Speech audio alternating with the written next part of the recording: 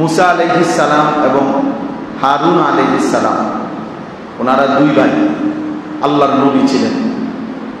তো যখন আল্লাহ তাআলা এই দুইজনকে বলছিলেন যে ফেরাউনের কাছে কালেমার দাওয়াত দাও, তখন এই কথা বলতে গিয়ে আল্লাহ বলছে ইযহাবা ইলা ফিরআউনা ওয়ালা তানিয়া ফি যিকরি।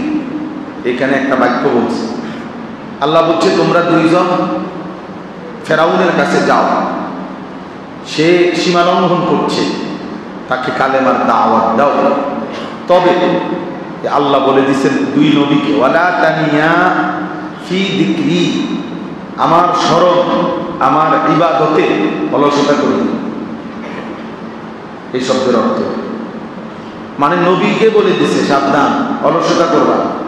অথচ কোনো নবী অলসতা করার প্রশ্নই আসে না, কিন্তু এরপরেও ওদেরকে তাকিদ দিয়ে বলে দিছেন অলসতা করো। এই জন্য ইমানদার অলস হয় না, হতেই পারে না। আপনারা এখন কি করেন না, এখন কোনো কাজ নেই, এটা একটা ফালতু লোকের কথা।